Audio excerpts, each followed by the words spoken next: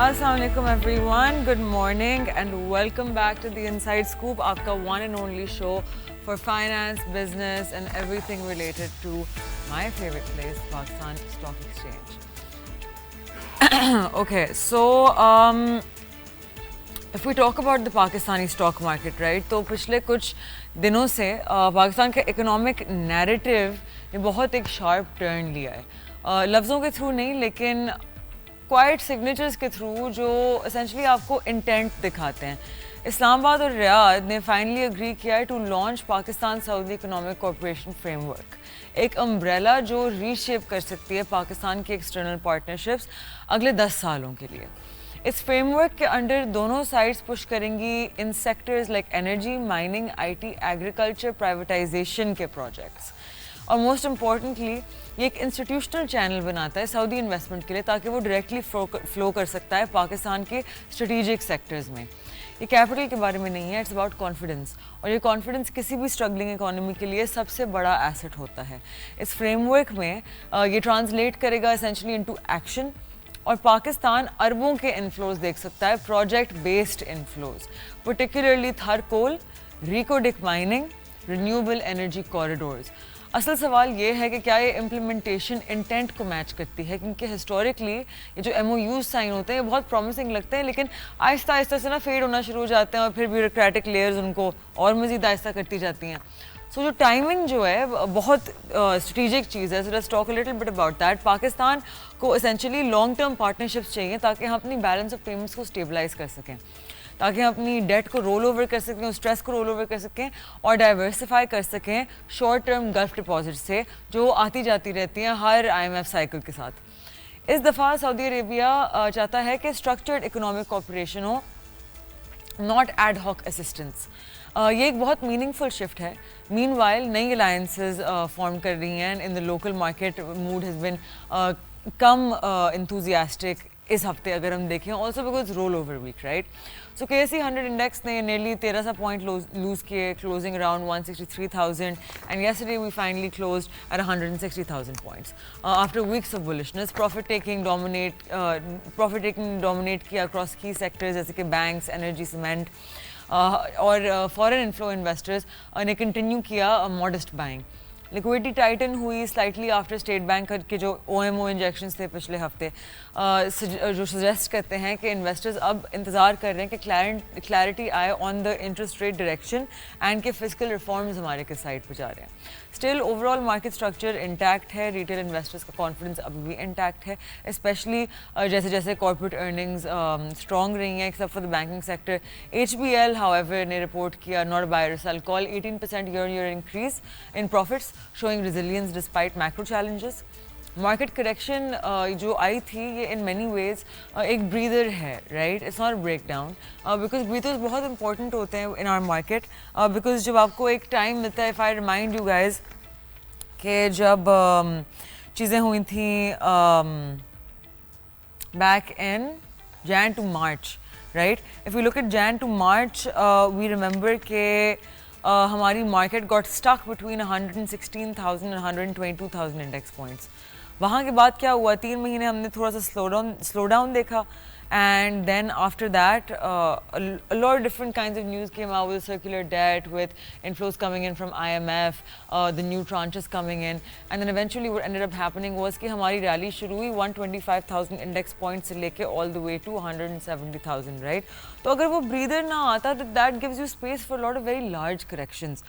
So in a way this is very good because this means कि यहाँ market थोड़ी cool off होके change of hands हो रहा है, which I have explained on my YouTube channel to you guys already, and then यहाँ से we can continue the bull run, right? So if we zoom out तो हमारा macro canvas evolve कर रहा है। Ministry of Finance move कर रही है to renegotiate energy pricing for industrial users after last month's tariff cuts brought power rates down from 34 rupees to 22.98 per unit. ये decision अकेला स्टिमुलेट करता है एक्सपोर्ट कम्पेटिटिवनेस और इंडस्ट्रियल आउटपुट को, लेकिन ये एक फिस्कल कॉस्ट पे आता है। सब्सिडी कंपोनेंट जो है ये हवर करती है over hundreds of billions, balancing it with affordability, sustainability. ये असल पॉलिसी का टेस्ट होगा which is coming up ahead.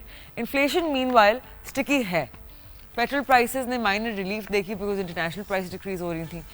Food inflation persist कर रही है because of floods, driven obviously because of हमारी एक तो चेन डिस्टॉर्शंस हैं और फिर इम्पोर्ट कॉस्ट्स। तो ये लाता है हमें पाकिस्तान की डीप डिपेंडेंसी पे जो है चाइनीज़ इम्पोर्ट्स पे। आज almost 30% of Pakistan import bill is China linked, from electronics and machinery to even basic industrial components. लेकिन चाइना के डोमेस्टिक स्लो डाउन के बाद और युआन की वॉलेटिलिटी के बाद इम्पोर्ट प्राइसेस अनप्रेडिक्टेबल हो गई हैं। Local manufacturers specially textile auto parts में ये हीट फील कर रहे हैं। हर महीने कॉस्ट वेरिएशन इतनी ज़्यादा हो जाती है कि प्राइसिंग स्ट्रैटेजी बनाना मुश्किल हो जाती है इन कंपनीज़ के लिए। गवर्नमेंट के ट्रेड ऑफिशियल्स एक्सप्लोर कर रहे हैं currency swap arrangements and local settlement systems ताकि वो डॉलर डिपेंडेंसी रिड्यूस हो चाइना ट्रेड में। लेकिन ये लॉन्ग टर्म सोल्यूशंस हैं, राइट। शॉर्ट टर्म में heavy reliance on Chinese machinery and solar panels अभी तक प्रेशर डाल रही है हमारे करंट अकाउंट पे, स्पेशली जब एक्सपोर्ट्स मैच नहीं कर रहे इनफ्लो की पेस को। And to add to that global energy market uncertainty ला रही है Majid, brent hovering above $80, you get a mixed picture. Pakistan के एक्सटर्नल बफर स्लाइटली इंप्रूव हो रहे हैं थैंक्स टू IMF इनफ्लोज, लेकिन रिजर्व एडिक्वेसी हवर कर रही है around minimum threshold. The next review of the IMF stand by programme will be crucial.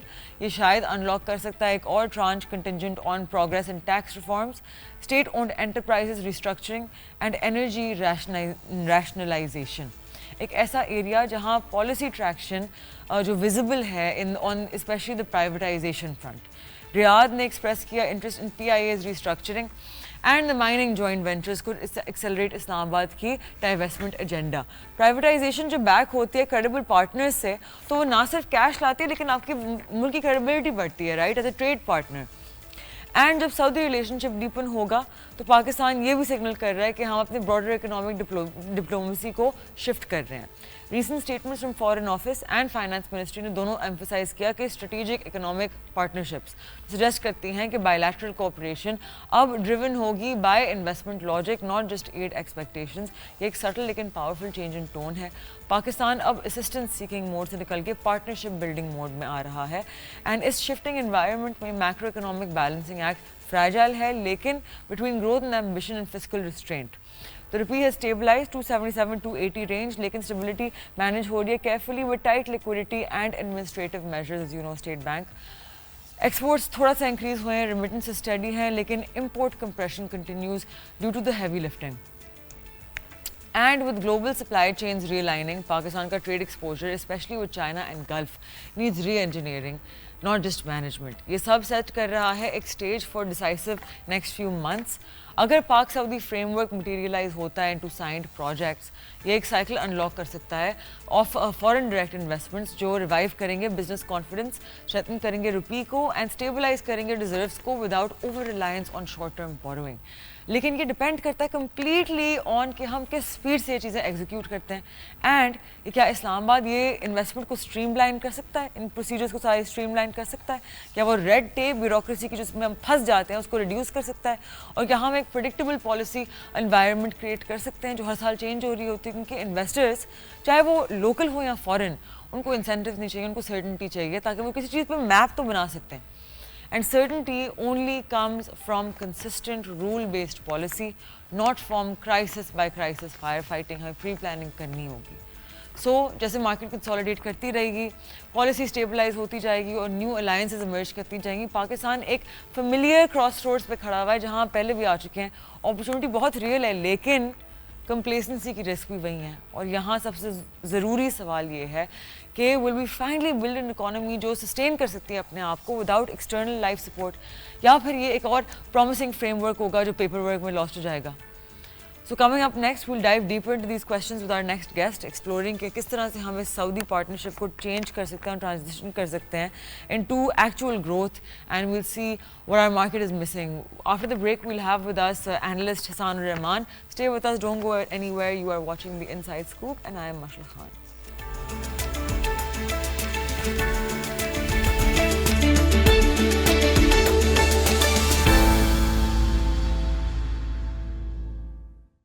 Welcome back. आप देख रहे हैं The Inside Scoop. ब्रेक पे जाने से पहले I let you guys know कि today we have a very special guest with us in the studio. Today we have with us Mr. Hasanur Rahman, who is not only a economic analyst, he also writes a lot of articles which you can find online, researched by his name, and he's also taught investment at various different universities. Sushant, thank you so much for taking the time out to come and join us on the show today.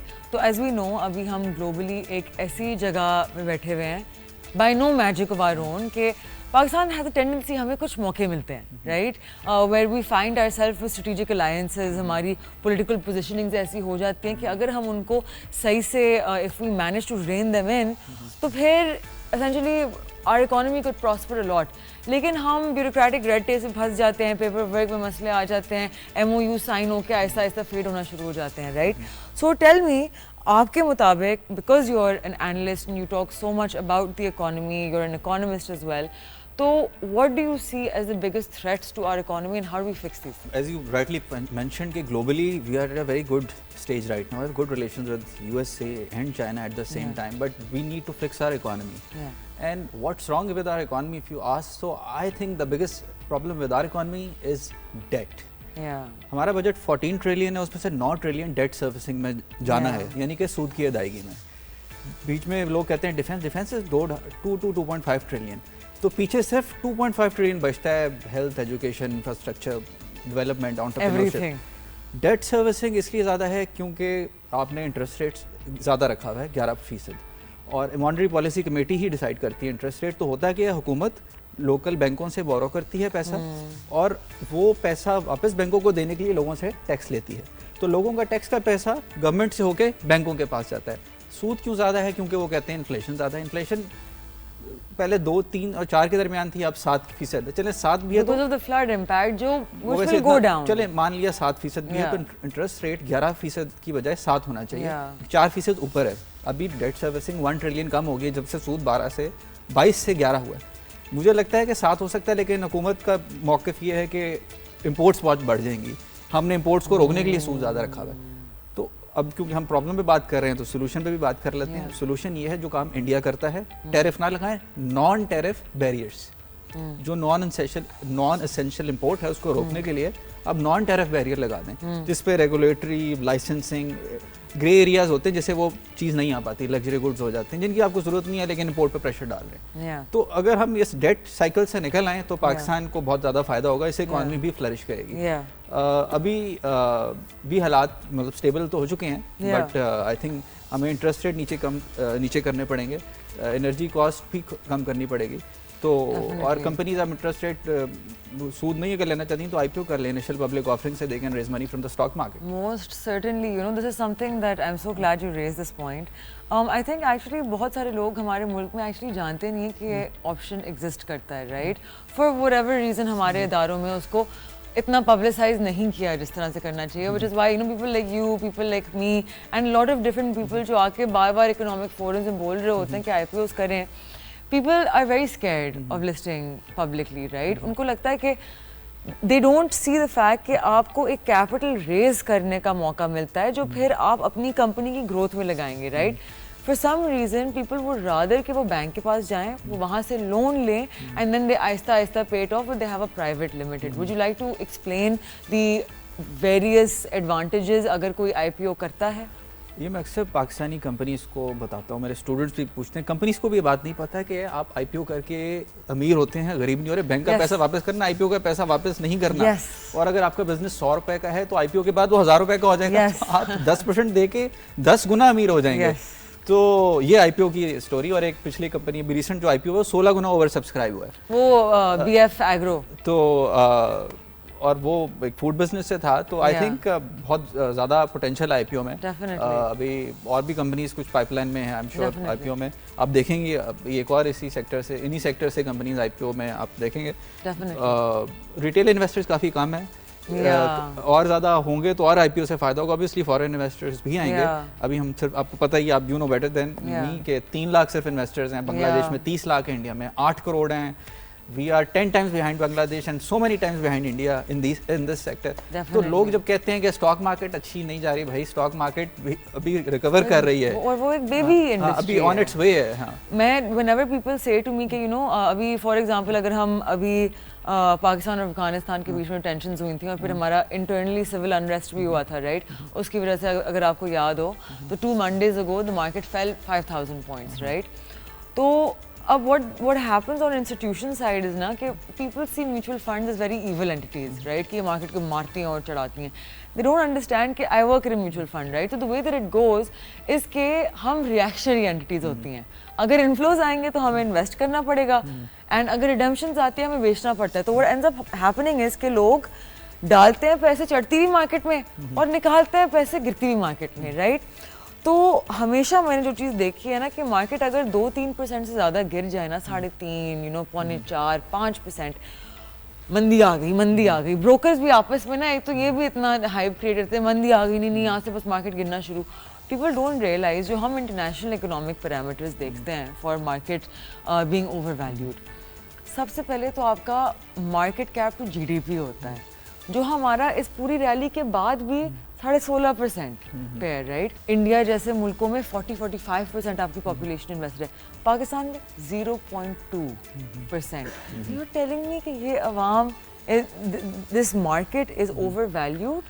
बहुत से लोग अभी ये बड़ा clichéd हो गया बात करना, फैशन हो गया है कि स्टॉक मार्केट बबल नहीं है. आपको पता है $100 बिलियन मार्केट कैपिटलाइजेशन थी 2017 में, अभी $60 बिलियन है. You still have a 45% का रूम. वो तो आप उसके नंबर देख रहे हैं लोकली तो आपको लगता है. और पी रेशियो हिस्टोरिक एवरेज हमारी 8 है और हम हिस्टोरिक एवरेज के करीब आए हैं. तो अभी हम तो सपोर्ट पे मार्केट कैप के हिसाब से भी नहीं, अभी भी गुंजाइश है market capitalization in dollar terms के हवाले से. रिटेल इन्वेस्टर्स ज़्यादा बहुत ज़रूरी है और आई थिंक बड़ी तेज़ी से लोग अब बढ़ना शुरू हो गए हैं. आपको अंदाज़ा होगा इसमें. I do feel that way, लेकिन one thing that I have noticed is that लोगों का जो स्किटिश बिहेवियर होता है, बिकॉज एक्चुअली सैडली अभी भी rather than listening to financial advisors, rather than listening to analyst के, मतलब आपके इंटरव्यूज़ देखें, मेरा यूट्यूब देखें और दूसरे लोग जितने लोगों के इतने सारे फोरम्स हैं, right? Rather than looking at that is वो जो एक crypto currencies and crypto trading की मेंटालिटी हो गई है ना, ऑफ द इमीडिएट पे आउट.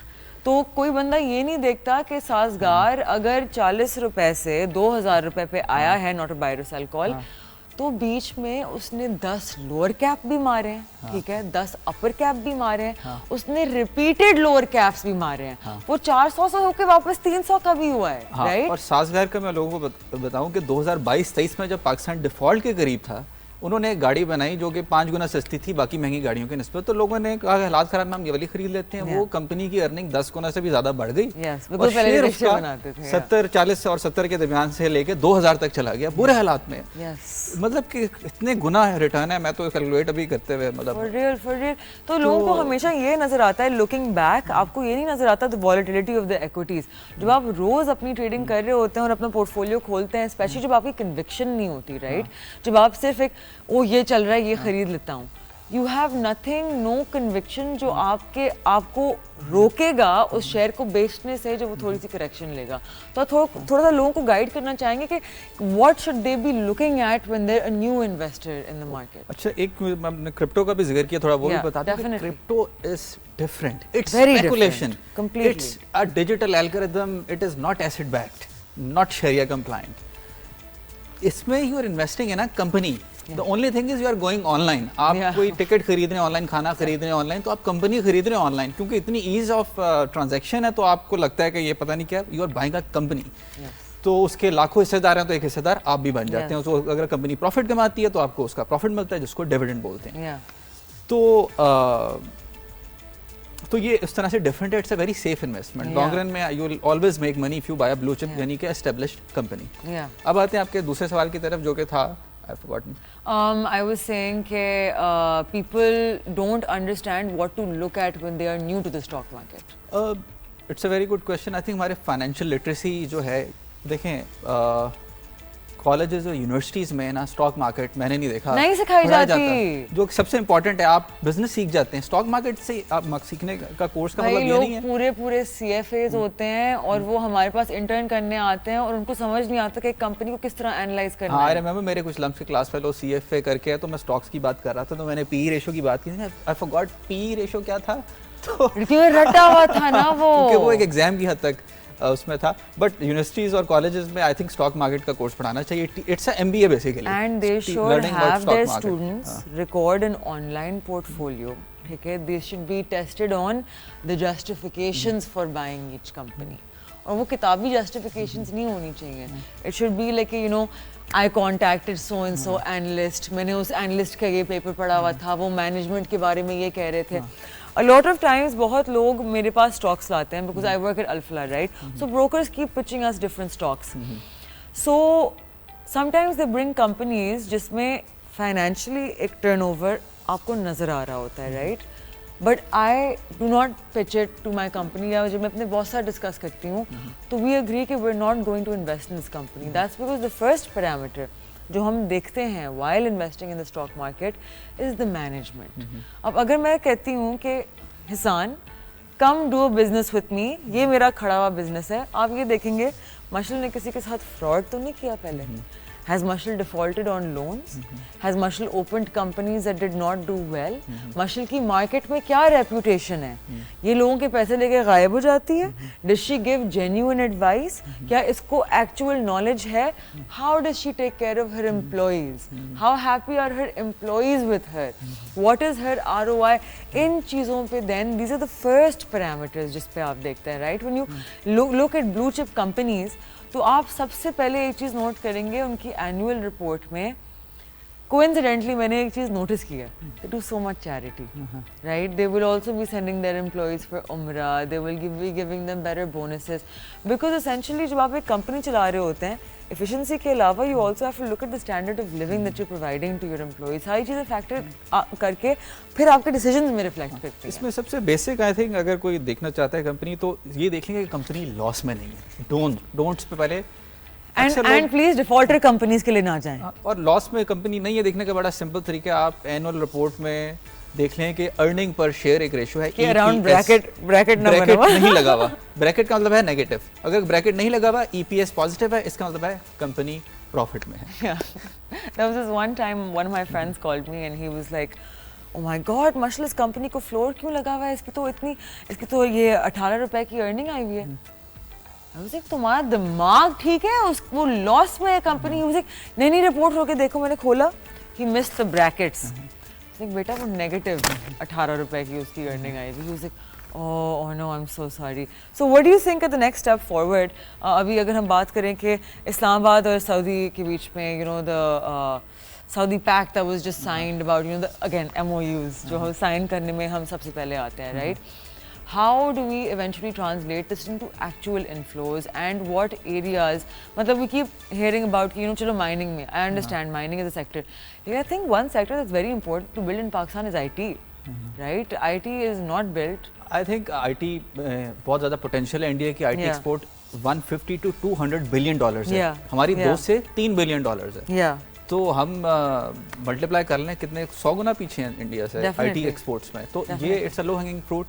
और आपने ईज ऑफ डूइंग बिजनेस करना तो आपकी IT एक्सपोर्ट बढ़ जाएंगी। आपकी कम से कम अगर 1/6 ऑफ पॉपुलेशन भी है तो 25 से 30 बिलियन तो आज की डेट में होनी चाहिए थी। दैट मीन्स कि वो लोग पैसा शायद बाहर पार्क कर रहे हैं, ईज ऑफ डूइंग बिजनेस उनको दें, आसानी दें, पैसे लाने में आसानियां करें उनके लिए। तो वो ऊपर से आप क्रिप्टो इंट्रोड्यूस कर रहे हैं तो आपका तो अनरेगुलेटेड सेक्टर पे पैसा शिफ्ट कर जाएगा। तो उसको ज़्यादा प्रमोट करने की बजाय इस पे लोकल फोकस करें कि लोग बाइनेंस के थ्रू जो है, वो बंदा तो जेल काट के आया था बाय द वे, जो बाइनेंस का फाउंडर है सीजी, उसको हम यहाँ पे जो है यहाँ पे प्रमोट कर रहे हैं। तो क्योंकि इससे मनी लॉन्ड्रिंग टूल क्रिप्टो, तो आप लोगों को कैन भी तो आप लोगों को एनकरेज करें कि डॉक्यूमेंटेड तरीके से पैसा और इंसेंटिवाइज करें। स्टॉक मार्केट की वॉलेटिलिटी बर्दाश्त नहीं होती, आप क्रिप्टो का रास्ता दिखा रहे हैं। IT वाले जो मैं काफ़ी फ्रीलांसर्स जानता हूँ वो क्रिप्टो में पैसे पार्क करते हैं, तो वो तो डॉक्यूमेंट्स में ही नहीं आता हुकूमत के कि वो पैसा IT एक्सपोर्ट हुई भी है या नहीं। दूसरा आई थिंक ये जो आपने सऊदी अरेबिया का पूछा, इट्स पाकिस्तान के लिए तो ये गोल्डन अपॉर्चुनिटी है कि आप ये देखें कि सऊदी अरेबिया इस फेमस के दुनिया से बेस्ट टैलेंट हायर करते हैं, वॉल स्ट्रीट के बेस्ट फाइनेंशियल एनालिस्ट हायर कर लेंगे तो सिक्योरिटी के बेस्ट एक्सपर्ट्स पाकिस्तान से उन्होंने हायर किए हैं। तो आई थिंक इससे पाकिस्तान को बहुत अच्छा एक रेपुटेशन मिली है कि पाकिस्तान किसी चीज़ में तो नंबर 1 है, स्टैम्प ऑफ अप्रूवल की तरह अप्रूवल है, तो उससे आई थिंक एक ग्लोबल रिकग्निशन मिलती है। तो उससे और Saudi it never hurts to be close to one of the major OPEC players. तो जब अमेरिका से कोई ताल्लुकात अच्छे होते हैं, मुझे लगता है कि आईटी सेक्टर में आईटी है, माइक्रोसॉफ्ट, अमेजॉन, वो सारी कंपनीज हैं, गूगल, एप्पल। जब सऊदी अरेबिया से कुछ होता है, ऑयल, अरामको, तो मुझे लगता है कि यहाँ पे ऑयल सेक्टर है उसको बहुत फ़ायदा होगा, ऑयल एक्सप्लोरेशन सेक्टर उसको फ़ायदा होगा। तो उससे आई थिंक ये जो सेक्टर्स की जो बड़ी कंपनीज हैं, विदाउट टेकिंग द नेम, तो आप देख लें कि ऑयल सेक्टर में कौन सी बड़ी कंपनीज हैं जो कि that are selling oil, that are exploring oil.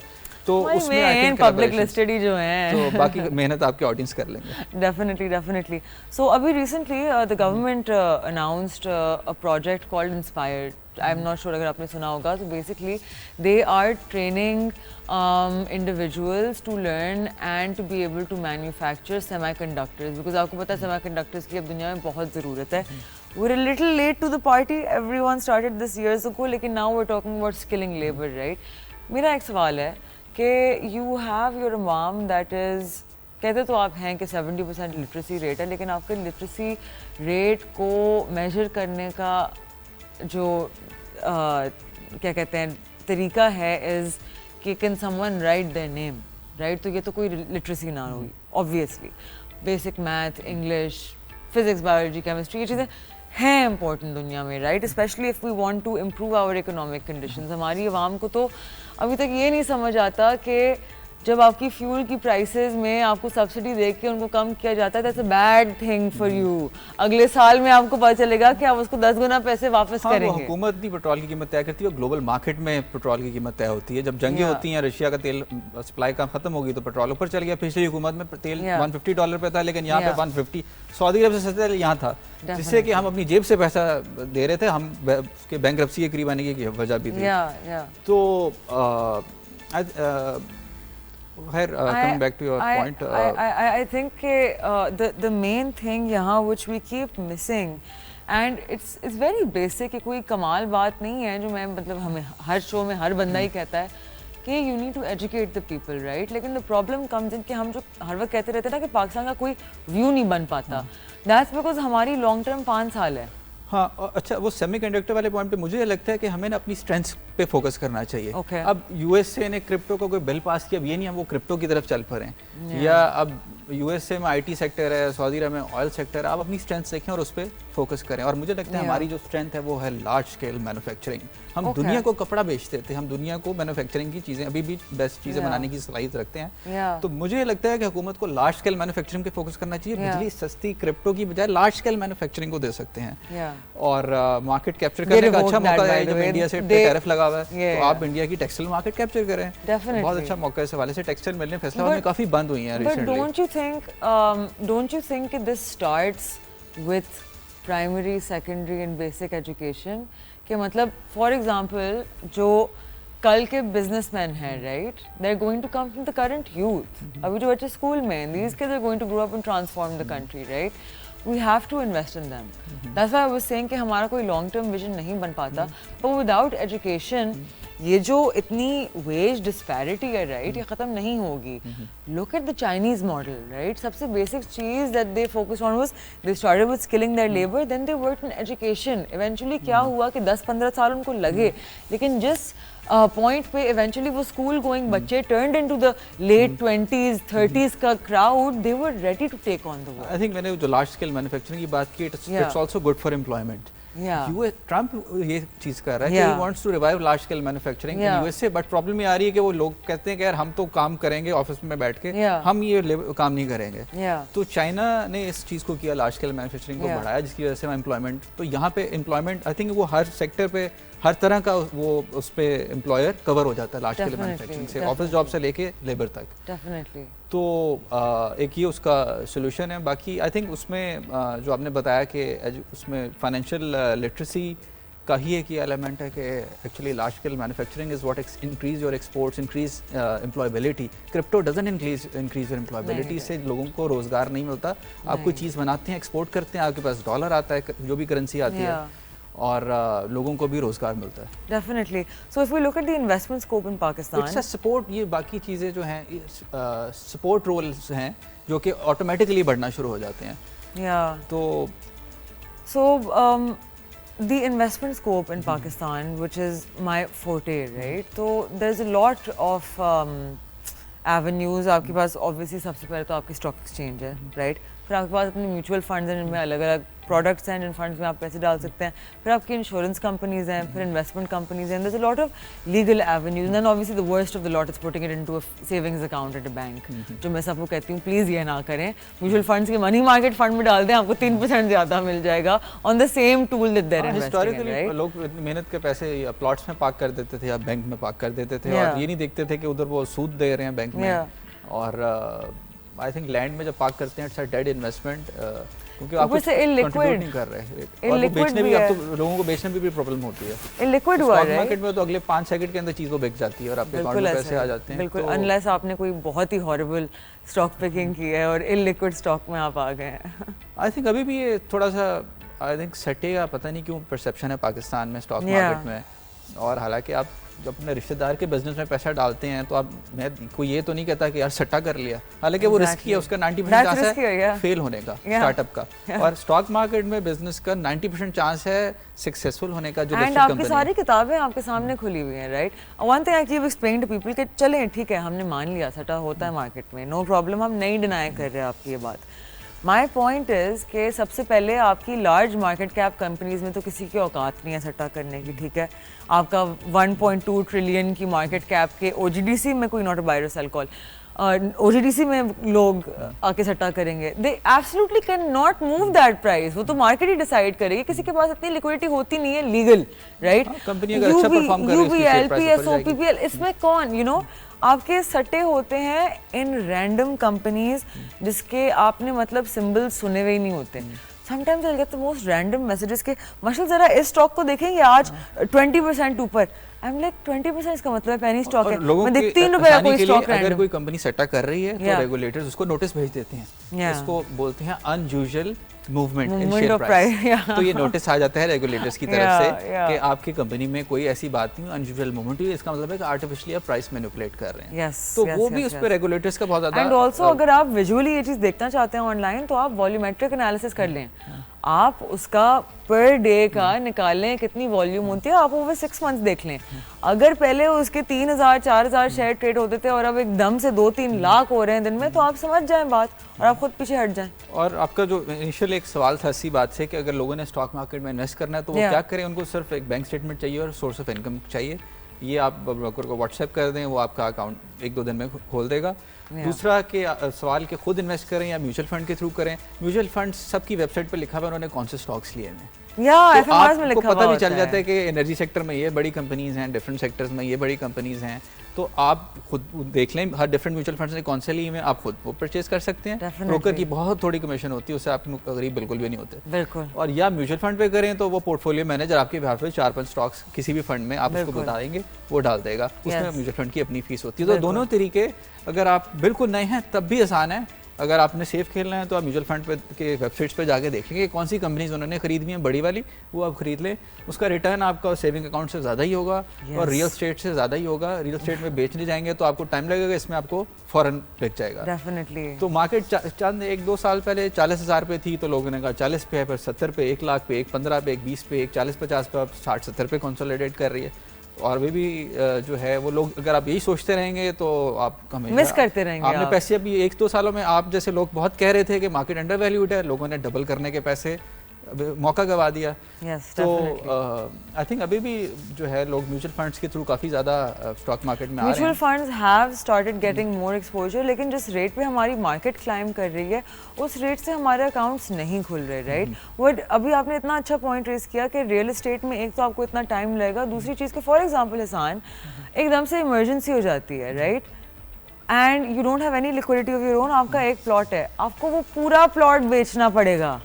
You cannot sell a fraction of the plot.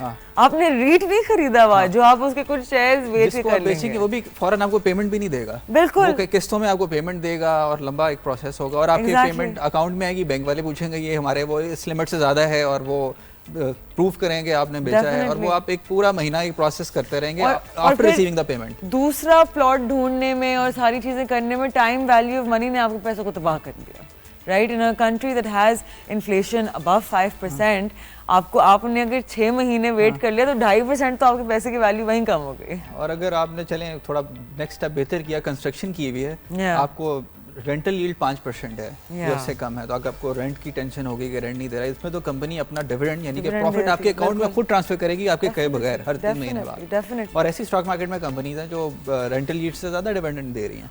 150 तो यहाँ आपने एक्चुअली पता है ज्यादा बोल दिया है। रेंटल यील्ड होती है कोई 3.5% ऑन एवरेज। हमारी स्टॉक मार्केट में आपके जो अच्छे डिविडेंड यील्डिंग स्टॉक्स है वो अभी भी 10-12% डिविडेंड दे रहे हैं। और ऑन द अदर साइड उनकी अपनी प्राइस भी बढ़ती रहती है। यस, कैपिटल गेन अलग है definitely. Hisan, thank you so much for being with us on the show today. मुझे पता भी नहीं चला, टाइम गुजर गया। Now they're saying Marshall, it's time for closing, so I appreciate it, and I hope you'll join us again next time we're in Karachi. As always, it's always a pleasure to be in this show. And I hope that if you guys didn't hear what everything Hisan had to share with us, you can go to YouTube and see the full episode. बहुत आसान लफ्ज़ों में बहुत अच्छी चीज़ें समझाएंगे, so please listen to him and search his name Hisan or Rahman on Google. You will find his articles. There's a lot to learn from people like him. Please keep track of what people like this are doing. These are the people whose voices matter. जो बार-बार बोल रहे होते हैं, हम लोग सही जगह पे investment करते हैं, and whoever listens to them makes a lot of money. So I will see you guys next time. Till then, take care. Bye.